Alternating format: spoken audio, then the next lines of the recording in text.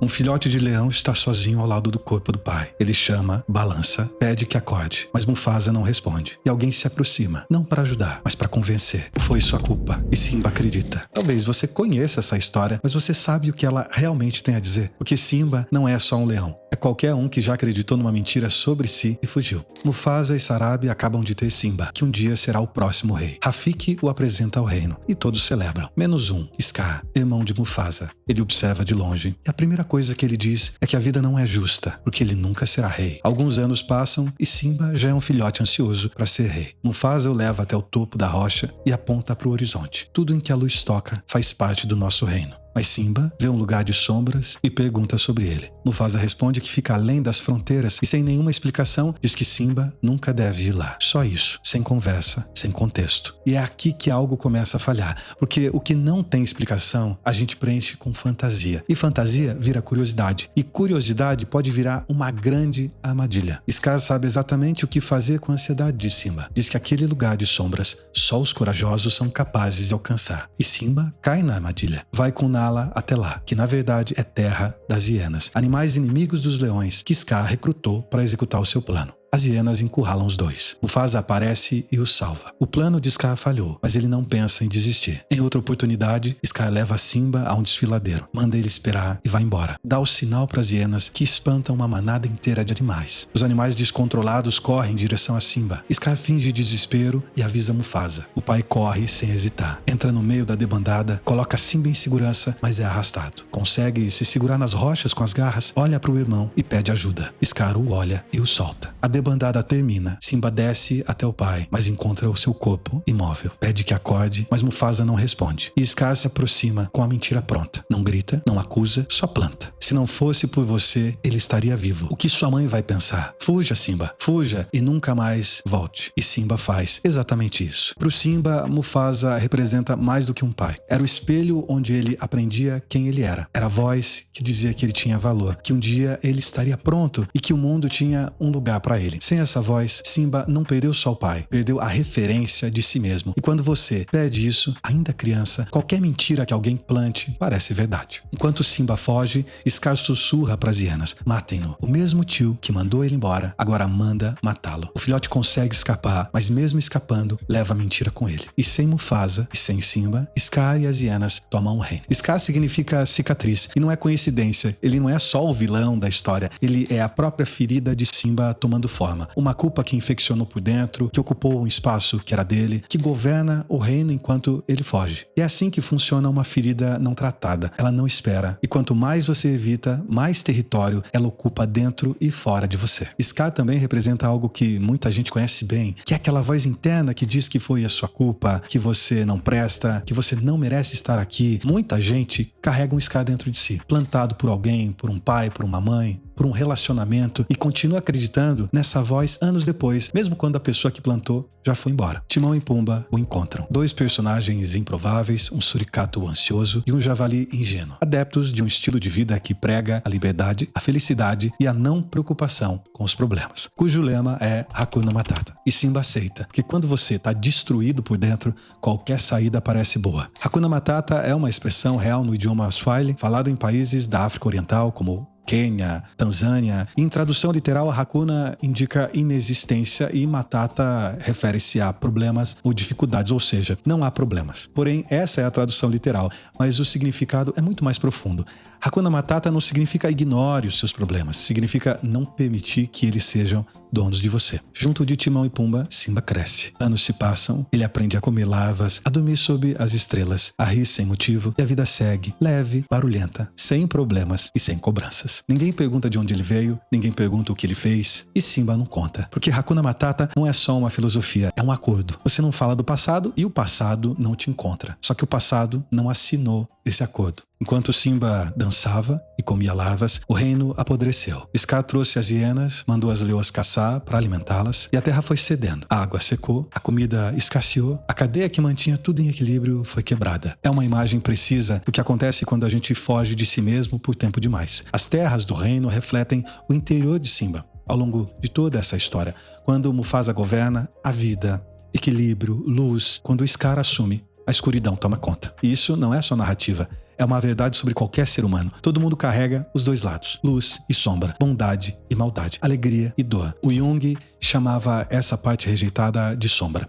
Não porque seja má, mas porque é o que a gente empurra pro escuro quando não sabe como lidar. E o problema não é ter sombra. O problema é não reconhecê-la. Porque o que você não enfrenta te governa. Por causa da escassez, Nala cruza os limites do reino em busca de alimento. E é assim que ela encontra Simba, anos depois, no lugar onde ele nunca deveria estar. Brigam antes de se reconhecerem, e quando o reconhecimento vem junto a verdade que ele passava anos evitando. O reino está morrendo. Scar destruiu tudo. Nala, em Swahili, significa bem-sucedida ou aquela que tem sucesso. Nala é exatamente isso dentro dessa narrativa. Ela é a única que consegue sair do reino destruído, encontrar o Simba e trazê-lo de volta. E ela também representa algo psicologicamente importante para o Simba. Ela é o espelho do mundo real para ele. O Timão e Pumba permitiam que ele fugisse de si mesmo. Já Nala não deixa. Ela conhecia o Simba de antes. E é exatamente por isso que o encontro com ela é tão desestabilizador para ele. A Nala conta a situação do reino, que ele precisa voltar e assumir o seu lugar, mas Simba diz que não pode voltar. Mais tarde, Simba encontra Rafiki, que em Swahili significa amigo, e ele age exatamente como um amigo verdadeiro. O velho sábio não explica, não aconselha, não consola, ele apenas diz: seu pai ainda vive dentro de você. E Simba tem uma visão. Mufasa fala do alto, entre as nuvens, com a voz de quem não morreu de verdade. Diz que Simba se esqueceu de quem é, que precisa voltar, que nunca deve esquecer de ser autêntico. E Simba ouve tudo aquilo com peso de alguém que sabe que é verdade. E exatamente por isso resiste. Porque voltar significa enfrentar o que ficou para trás. A culpa, a mentira, o desfiladeiro. E ele já não é o mesmo filhote de antes. Não sabe se ainda existe dentro dele alguém que merece voltar. Rafiki não discute isso. Bate nele com um cajado e quando Simba pergunta por que fez aquilo, o velho responde: não importa, já passou. E o filósofo Sartre dizia o mesmo em outras palavras: